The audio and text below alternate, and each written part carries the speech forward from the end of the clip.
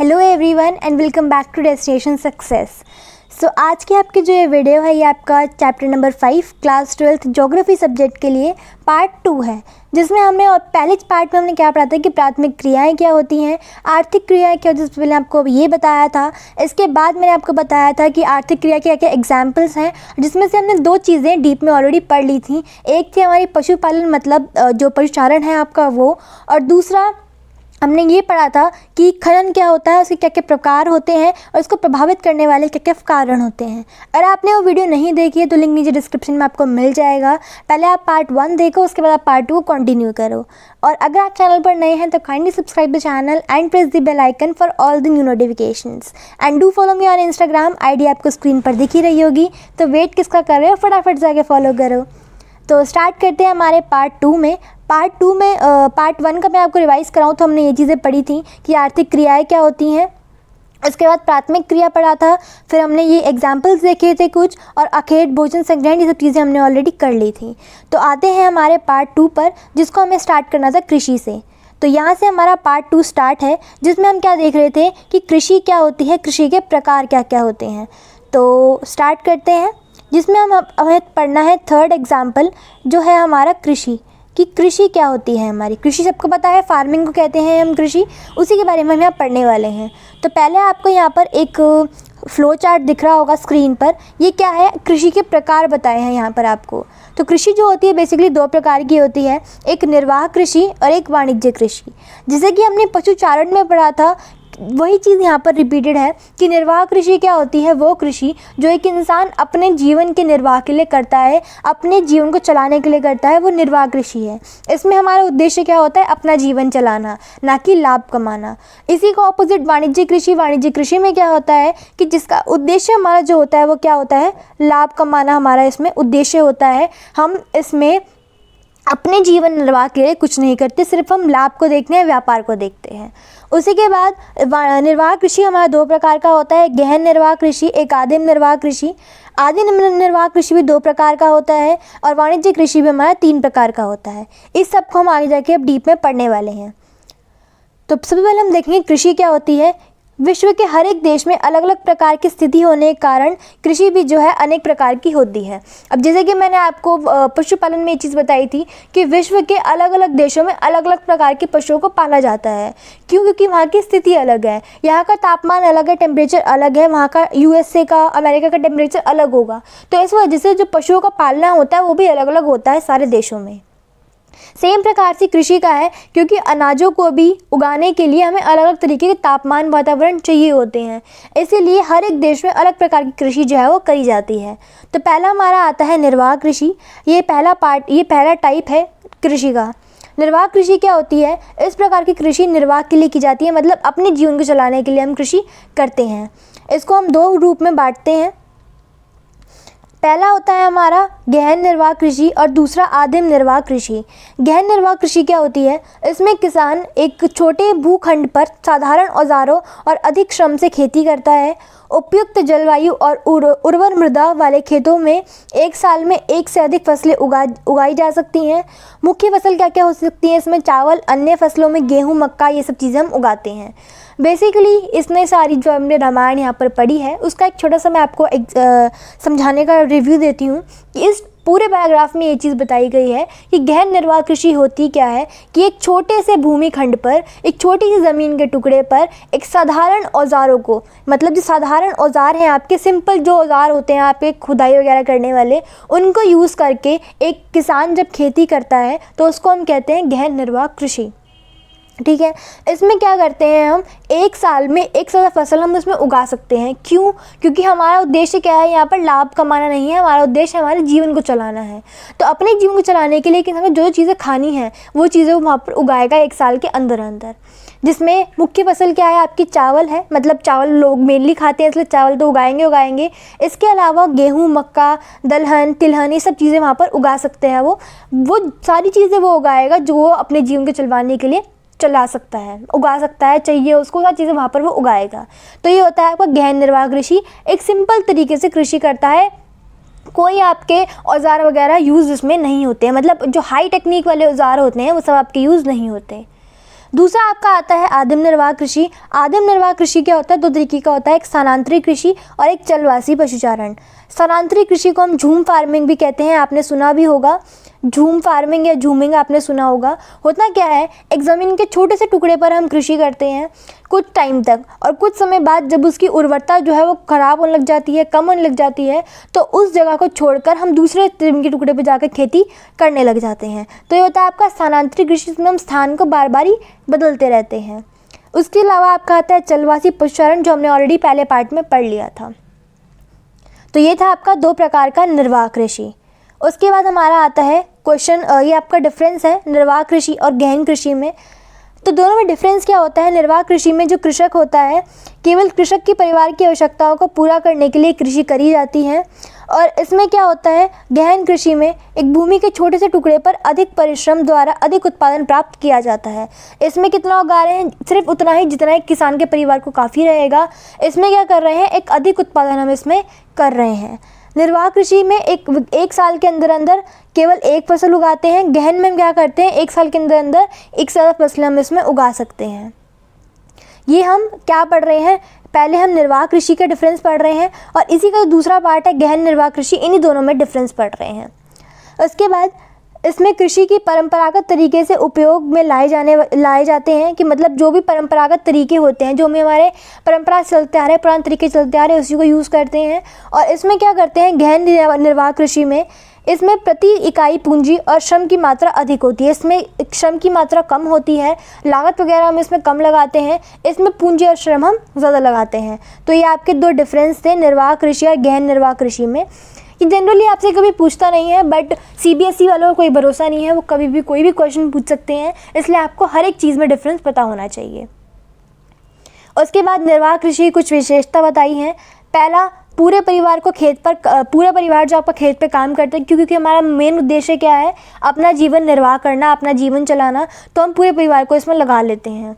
दूसरा, अधिकांश कार्य मैन्युअल रूप से किया जाता है, मतलब जितना भी काम है सारा मैन्युअल तरीके से, मतलब इंसानों के द्वारा किया जाता है, मशीनों का उपयोग इसमें हम नहीं करते हैं। तीसरा, खेत छोटे होते हैं, क्योंकि हमें लाभ नहीं कमाना, हमें सिर्फ वो चीज़ें उगानी है जो हमारे लिए काफ़ी रहें। तो बड़े बड़े खेतों को कोई फ़ायदा नहीं है, इसलिए खेत जो होते हैं वो छोटे ही होते हैं। इसके अलावा खेती की परंपराओं का पालन किया जाता है, मतलब जैसे परंपराएं जो चलती हुई आ रही हैं, पुराने ज़माने से चीज़ें चलती हुई आ रही हैं, तरीके चलते हुए आ रहे हैं, उन्हीं को हम इसमें उगाते हैं, यूज़ करते हैं। कोई भी नया तरीका इसमें हम अपना ऐड नहीं करते। उपज बहुत अधिक नहीं होती, क्योंकि ऑफकोर्स ही बात है, उपज हम अधिक कब करेंगे, जब हमें लाभ कमाना होगा। जब हमें लाभ ही नहीं कमाना तो हम उपज ज़्यादा करके क्या करेंगे, सिर्फ उतना उगाएंगे जितना हमारे लिए काफ़ी रहे। पैदावार की अधिकांश खपत परिवार द्वारा ही की जाती है, मतलब जितना भी पैदावार किया जाता है उसकी खपत कौन करता है, परिवार ही करता है। और बहुत कम अधिशेष रहता है, मतलब बहुत कम अधिशेष का मतलब बचना, बहुत कम चीज़ें बचती हैं इसमें, ज़्यादा चीज़ें हम यूज़ कर लेते हैं इसमें मोस्टली। तो ये थे आपके निर्वाह कृषि की कुछ विशेषताएँ। उसके बाद दूसरा आपका आता है, दूसरा टाइप जो आता है आपका रोपण कृषि आता है। रोपण कृषि क्या होता है, इसकी शुरुआत जो थी वो यूरोपीय लोगों ने करी थी। इसमें होता क्या है, जैसे कि हमने पढ़ा था निर्वाह कृषि में छोटे खेत थे, इसमें जो खेत होते हैं एक बड़े क्षेत्र में इस खेती को करते हैं हम, और इसका उद्देश्य क्या होता है, लाभ कमाना इसका उद्देश्य होता है। और इसमें वही फसलें उगाई जाती हैं जिसको बेच के ज़्यादा पैसे कमाए जा सकते हैं, जैसे कि चाय हो गया, कॉफ़ी हो गया, कोको हो गया, गन्ना, कपास आदि, इनकी कृषि हम इसमें करते हैं जिससे ज़्यादा लाभ हमें मिल पाए। उसके बाद आता है इसकी विशेषताएं। विशेषता में हम वही चीज़, मतलब जो आपने पहले निर्वाह कृषि की विशेषता पढ़ी थी उसी की ऑपोजिट विशेषता इसमें होगी, कि खेतों के आकार जो होते हैं वो बड़े होते हैं। इसके अलावा अत्यधिक तकनीक का यूज़ करते हैं, टेक्नोलॉजी का यूज़ हम इसमें करते हैं, पुराने तरीके का यूज़ हम नहीं करते, नए नए तरीके इसमें हम लगाते हैं। इसके अलावा वैज्ञानिक पद्धति का प्रयोग करते हैं। वैज्ञानिक पद्धति मतलब वैज्ञानिकों द्वारा जो दी गई चीज़ें हैं उनका यूज़ करते हैं, जैसे कि हमारा HYV सीड्स आपने सुना भी होगा, हाई यील्ड वैरायटी सीड्स जो होती हैं उसको हम यूज़ करते हैं ताकि हमारी जो उत्पादकता है या जो उपज है वो ज़्यादा हो सके।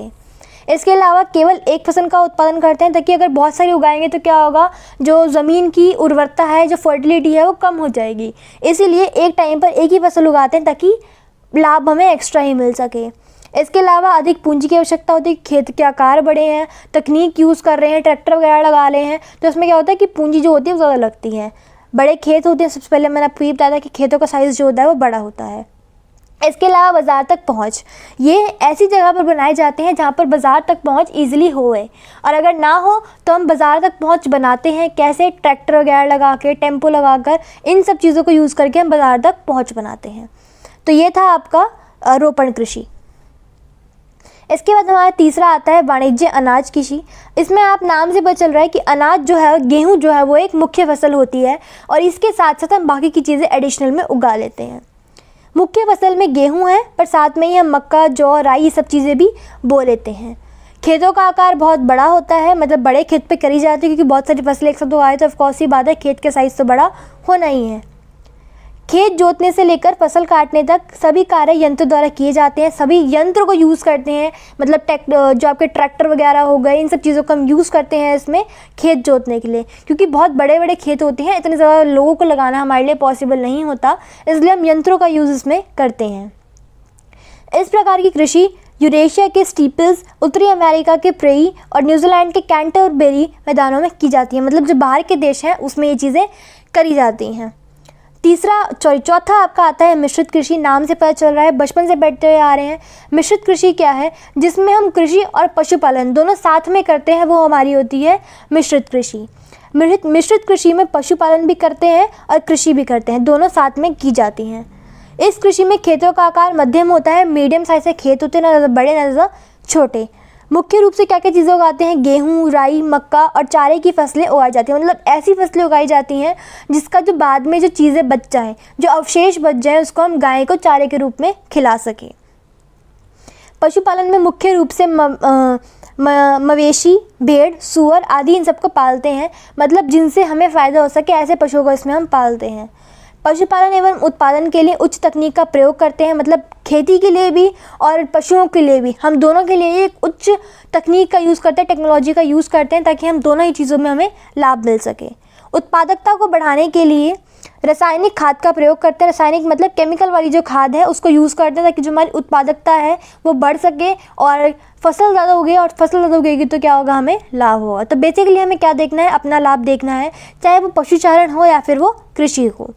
इस प्रकार की कृषि कुशल कृषकों द्वारा की जाती है। कुशल कृषक का मतलब यहाँ पर ये है, ऐसे कृषक जिनको पूरा एक्सपीरियंस है, जो पूरे एक्सपीरियंस्ड है, उनके द्वारा ये चीज़ें करी जाती हैं। ये कृषि विश्व के अत्यधिक विकसित भागों में की जाती है, मतलब ऐसे भागों में करते हैं जो विकसित हों। क्यों? क्योंकि इसके लिए हमें नॉलेज होनी ज़रूरी है। अगर हमें यही नहीं पता होगा कि कौन सी खेती, मतलब कौन सी फसलें ऐसी उगाएं जिससे हम साथ में पशुपालन भी कर पाए, तो कैसे चल पाएगा? तो हमें नॉलेज होनी चाहिए कि कैसे इंसान कैसे जानवरों को पालना है और कैसे फसलें उगाएं, ताकि हमें दोनों चीज़ में लाभ हो और दोनों चीज़ों को हम एक साथ चला सकें। तो इसके लिए एक्सपीरियंस होना ज़रूरी है, और उसके लिए हमारे देश का विकास होना ज़रूरी है। तो इसलिए सिर्फ विकसित देशों में करा जाता है। उसके बाद आता है आपका उद्यान कृषि। उद्यान कृषि क्या होता है? जिसमें हम महंगी फसलों को उगाते हैं, मतलब जितनी भी आपकी महंगी महंगी फसलें होती हैं हम उसमें उगाते हैं। ऐसी फसलें होती हैं जिनकी मांग नगरीय क्षेत्रों में ज़्यादा होती है, मतलब जिनकी जो मांग होती है नगरों में ज़्यादा होती है गांव के कंपैरिजन में। उदाहरण के लिए सब्जी, फल, फूल आदि। इसका दूसरा नाम है आपका ट्रक कृषि, मतलब इसको हम ट्रक कृषि भी कहते हैं, उद्यान कृषि को। इसमें क्या क्या चीज़ें उगाते हैं? सब्जी उगाते हैं, फल उगाते हैं, फूल, ये सब चीज़ें हम इसमें उगाते हैं। इस प्रकार की कृषि में खेतों का आकार छोटा होता है, छोटे साइज के खेत इसमें हम यूज़ करते हैं। अधिक पूंजी चाहिए होती है, क्योंकि देखो महंगी चीज़ें उगा रहे हैं तो पूंजी भी हमें ज़्यादा चाहिए होगी। अच्छे बीज चाहिए, सिंचाई चाहिए, उर्वरक चाहिए, कीटनाशक का प्रयोग इसमें किया जाता है। अब देखो कि महंगी फसलें हैं, अब महंगी फसलें अगर हम उगा रहे हैं तो उसके लिए हमें खर्चा भी महंगा करना पड़ेगा। अगर हम खर्चा नहीं करेंगे, देखभाल नहीं करेंगे तो क्या होगा? फसलें ख़राब हो जाएंगी। अगर फसलें ख़राब होंगी तो क्या होगा? बहुत ज़्यादा नुकसान इसमें हो सकता है। तो इसीलिए इसकी क्या करते हैं? अच्छे बीज का यूज़ करते हैं, अच्छी सिंचाई की तकनीक को यूज़ करते हैं, उर्वरता बढ़ाने के लिए चीज़ों को यूज़ करते हैं, कीटनाशक का प्रयोग करते हैं ताकि हमारे जो फसलें हैं उनको कीड़े वगैरह उन पर ना लग जाएँ। तो एक अच्छी केयर इनकी करी जाती है। बाज़ार तक पहुंच सरल बनाने के लिए एक अच्छी यातायात व्यवस्था होती है, मतलब ऐसी व्यवस्था करी जाती है जिससे जो फसलें हैं वो आराम से बिना ख़राब हुए बाज़ार तक पहुंच जाएं। इस कृषि को ट्रक कृषि भी कहा जाता है, जो मैंने आपको ऑलरेडी ऊपर बता दिया था कि इसका दूसरा नाम क्या है? ट्रक कृषि। उसके बाद नेक्स्ट आता है डेयरी कृषि। डेयरी कृषि के नाम से पता चल रहा है ऐसे पशुओं का पालन पोषण करना जिससे हमें दुधारू जो चीज़ें होती हैं वो मिलती हैं। दुधारू चीज़ें मतलब कि दूध से बनी जितनी भी चीज़ें होती हैं वह आपको यहाँ पर मिलती हैं, जैसे कि आपका दूध हो गया, मक्खन हो गया, इसके अलावा दही हो गई, लस्सी हो गई, सारी चीज़ें जो दूध से बनती हैं उसको बनाने के लिए हम ये कृषि यहाँ पर करते हैं। इस कृषि का मुख्य उद्देश्य डेयरी उत्पादकों का उत्पादन कर लाभ कमाना होता है, मतलब डेयरी की चीज़ों को बनाना और उससे लाभ कमाना इसका मुख्य उद्देश्य होता है। इसमें दुधारू पशुओं का पालन करते हैं, मतलब ऐसे पशुओं को पाला जाता है जिससे हमें दूध की प्राप्ति हो सके। डेयरी उत्पादनों की मांग अधिक होने के कारण इस प्रकार की व्यवस्था बनाई जाती है, मतलब जो डेयरी चीज़ों की मांग है आजकल आप देख रहे हो ना बहुत बढ़ती जा रही है, क्योंकि हर इंसान क्या करता है अपने बच्चों को दूध देता है ताकि उसकी बोन्स जो हड्डियाँ हैं वो मजबूत रहें, दांत मजबूत रहें। लोग चाय बहुत पीते हैं जिसमें दूध चाहिए होता है, हम बिना घी के रोटी नहीं खा सकते हैं। तो मतलब जो डेयरी चीज़ों की मांग है वो दिन पे दिन बढ़ती जा रही है, जिसको देखते हुए इसमें क्या करते हैं, उत्पादकता को बढ़ाने के लिए हम वैज्ञानिक चीज़ों का यूज़ करते हैं, वैज्ञानिक विधियों का यूज़ करते हैं। जैसे कि मैंने आपको पहले बताया था पहले पार्ट में कि जो नस्ल होती है अच्छी नस्ल की गाय को यूज़ करा जाता है, जिसमें अच्छी नस्ल का मतलब यहाँ पर ये है कि एक ऐसी नस्ल की गाय जो ज़्यादा दूध दे। अलग अलग नस्ल की गायें होती है, अलग अलग प्रकार के दूध देती हैं, अलग अलग प्रकार के दूध नहीं मतलब अलग अलग मात्रा में दूध देती है, कोई ज़्यादा देती है कोई कम देती है। तो इसमें ऐसी नस्ल की गायों को यूज़ करा जाता है जो ज़्यादा दूध दे ताकि ज़्यादा हमें लाभ हो सके। यह मुख्य रूप से नगरों के आसपास विकसित किए जाते हैं ताकि आसानी से ले जाया और बेचा जा सके, मतलब नगरों के आसपास इनको बनाया जाता है ताकि, क्योंकि दूध की चीज़ें बहुत जल्दी ख़राब हो जाती हैं। अगर हम एक दूर इनको रखेंगे तो क्या होगा कि ले जाते हुए ये चीज़ें ख़राब हो जाएंगी, तो इसलिए इनको नगर के पास बनाते हैं ताकि आसानी से हम चीज़ों को ले जा सकें। उसके बाद इसके 3 प्रमुख क्षेत्र बताए हैं कि उत्तरी पश्चिम यूरोप, कनाडा, उत्तरी पूर्वी ऑस्ट्रेलिया, इन तीनों जगहों पे ये चीज़ें बहुत ज़्यादा अधिक मात्रा में पाई जाती हैं। तो ये था आपका डेयरी कृषि, जिसमें हम क्या कर रहे हैं, दुधारू पशुओं का पालन कर रहे हैं, जिसका उद्देश्य क्या है, अपना लाभ कमाना। उसके बाद आती है आपकी भूमध्य सागरीय कृषि। ये एक विशिष्ट प्रकार की कृषि होती है जो कि एक भूमध्य सागर के आसपास क्षेत्रों में करी जाती है, मतलब जहाँ जो सागर होते हैं, जो आपके सी साइड एरियाज़ होते हैं उनके आसपास ये करी जाती है। इसमें मुख्य रूप से अंगूरों का उत्पादन करते हैं। अंगूर जो होते हैं इसमें मुख्य फसल होती है। उच्च गुणवत्ता के अंगूरों से मदिरा मतलब होता है आपका दारू, शराब, ये सब चीज़ें इनसे बनाई जाती हैं। और निम्न गुणवत्ता वाले जो अंगूर होते हैं उससे किशमिश या फिर मुनक्का ये सब बना देते हैं। अंगूर आपके 2 प्रकार के होते हैं, एक अच्छे वाले जिसमें अच्छी चीज़ें हैं, मतलब अच्छे जो गुणवत्ता है उनकी क्वालिटी अच्छी है, उनसे क्या बना दिया हमने, मदिरा। दूसरा जो आपकी बेकार क्वालिटी की है उससे क्या बना दिया हमने, किशमिश। तो मतलब कैसा भी हमारा अंगूर हो उनसे हम कुछ ना कुछ चीज़ें इसमें बना ही देते हैं और उन चीज़ों को बेचकर हम इसमें लाभ कमाते हैं। ये करा कब जाता है, ये शीत ऋतु में यूरोप और अमेरिका में करे जाते हैं। ये सब चीज़ें की मांग पूरी करने के लिए हम वहाँ पर करते हैं इसको। उसके बाद आता है आपका सामूहिक कृषि। सामूहिक कृषि नाम से पता चल रहा है समूह में जो करी जाती है। इस प्रकार की कृषि में संसाधनों पर नियंत्रण सरकार का होता है, मतलब जो भी संसाधन है खेत वगैरह उस पर नियंत्रण कंट्रोल किसका है, आपका सरकार का है। इसमें साथ मिलकर खेती करते हैं और इस प्रकार की कृषि की शुरुआत मुख्य रूप से सोवियत संघ में हुई। वहाँ इसके कोल खोज कहा जाता था, इसका नाम वहाँ पर क्या था, कोल खोज था उसका नाम था। ये स्टार्ट कहाँ पर हुई थी, आपकी सोवियत संघ में, जो कि आपका पॉलिटिकल चैप्टर नंबर 1 में आपने पढ़ा होगा, वहाँ पर इसकी शुरुआत की गई थी। और इसमें होता क्या है, बेसिकली समूह में कृषि करी जाती है, ग्रुप में कृषि करी जाती है। उसके बाद नेक्स्ट आपका आता है सहकारी कृषि। सहकारी कृषि होता क्या है, जब कोषाकों का एक समूह कृषि में अधिक लाभ कमाने की इच्छा से एक संस्था बनाकर कार्य करता है तो इसे सहकारी कृषि कहा जाता है। कोषा को मतलब एक तरीके से मेरे ख्याल से यहाँ मिस प्रिंटिंग है, यहाँ पर किसान आना चाहिए था। जब किसानों का एक जो ग्रुप होता है वो और ज़्यादा लाभ कमाने के लिए एक साथ संस्था बनाकर अपने कृषि का काम करता है तो उसको हम कहते हैं सहकारी कृषि। मतलब ये ग्रुप कौन बनाते हैं, किसान आपस में बनाते हैं। और सामूहिक कृषि में क्या था, ये सरकार के द्वारा इसका नियंत्रण कंट्रोल होता था। यहाँ पर कंट्रोल कौन कर रहा है, यहाँ पर किसान ही अपने आप को कंट्रोल कर रहे हैं। आसान शब्दों में समझें तो जब एक किसानों का समूह एक संस्था बनाकर साथ में कृषि करता है ताकि उसका लाभ बढ़ सके तो उसे कहते हैं सहकारी कृषि, जो मैंने आपको एक्सप्लेन करा अभी। यह सहकारी संस्था किसानों की हर प्रकार की मदद करती है। मतलब ये संस्था जो उन्होंने बनाई होती है क्या करती है, किसानों की हर प्रकार से मदद करती हैं। मतलब उनको नॉलेज देना, उस चीज़ का ज्ञान देना और पानी की सिंचाई वगैरह के तरीके उनको बताना, वैज्ञानिक तरीके बताना, हर प्रकार की मदद वहाँ पर करी जाती है। इसके बाद सहकारी कृषि का मुख्य उद्देश्य क्या होता है? सहयोग द्वारा लाभ को बढ़ाना, मतलब ताकि आपस में सहयोग करके वो लाभ को अपने बढ़ा सके। एक इंसान यहाँ पर खेती कर रहा है, उसको 20 रुपये का लाभ हो रहा है, एक यहाँ पर कर 10 रुपये का लाभ हो रहा है, एक यहाँ पर कर 15 रुपये का लाभ हो रहा है। तो अलग अलग किसानों को अलग अलग लाभ होता है। इसलिए सहकारी कृषि में करते क्या है, ये सारे आपस में एक संस्था बना लेते हैं ताकि जो ये लाभ कमा रहे हैं 10, 15, 20 का, इसको और ज़्यादा बढ़ाया जा सके। तो ये होता है आपका सहकारी कृषि। उसके बाद हमारा लास्ट जो टॉपिक है वो है आपका चलवासी पशुचारण और वाणिज्य पशुपालन में डिफरेंस, जो कि मैंने आपको पार्ट 1 में ऑलरेडी ये चीज़ पढ़ा दी थी कि चलवासी में क्या करते हैं, कोई स्थायी जगह नहीं होती है, चलते चलते हम पशुओं को चराते हैं। और वाणिज्य पशुधन पालन में हम क्या करते हैं, एक ही जगह पर फिक्स रह के उनका पशुपालन करते हैं। चलवासी में क्या होता है, पुराना तरीका है, वाणिज्य जो है वो नया तरीका है, नई दुनिया में प्रचलित है, फेमस है। इसके अलावा चलवासी पशुचारण में क्या करते हैं, पूंजी की ज़रूरत कम होती है, पैसा कम लगता है क्योंकि रहने के लिए जगह वगैरह हमें नहीं चाहिए। वाणिज्य में जो पूंजी या धन होता है वो ज़्यादा चाहिए होता है। चलवासी पशुचारण में कोई विशेष व्यवस्था नहीं होती, इसमें हम विशेष व्यवस्था करते हैं जानवरों के रहने के लिए। चलवासी में एक ज़्यादा पशुपालन कर सकते हैं, मतलब बहुत ज़्यादा तरीके के अलग अलग प्रकार के जानवरों को हम रख सकते हैं। वाणिज्य पशुपालन में हम एक टाइम पर एक ही प्रकार के पशुओं को रख सकते हैं। ठीक है, तो बाकी के डिफरेंसेस जो मैंने आपको पहले पार्ट में बताए थे वो आप मुझे नीचे कमेंट सेक्शन में बताओगे। कुछ डिफरेंस यहाँ पर ऑलरेडी मैंने इसमें मेंशन करे हुए हैं, आप यहाँ पर फिर से भी देख सकते हो। बाकी मैंने आपको पार्ट 1 में ऑलरेडी एक्सप्लेन कर रखा था बहुत अच्छे तरीके से। इसी के साथ आपका ये चैप्टर यहाँ पर ख़त्म होता है, जिसके मैंने आपको दोनों पार्ट्स में पूरे चैप्टर कंप्लीट करवा दिया है। अगर आपको वीडियो पसंद आई हो, एक्सप्लेनेशन अच्छी लगी हो, तो चैनल को सब्सक्राइब कर लेना, वीडियो को लाइक कर लेना और कमेंट्स में रिव्यूज़ देना मत भूलना और अपने फ्रेंड्स के साथ शेयर करना भी मत भूलना।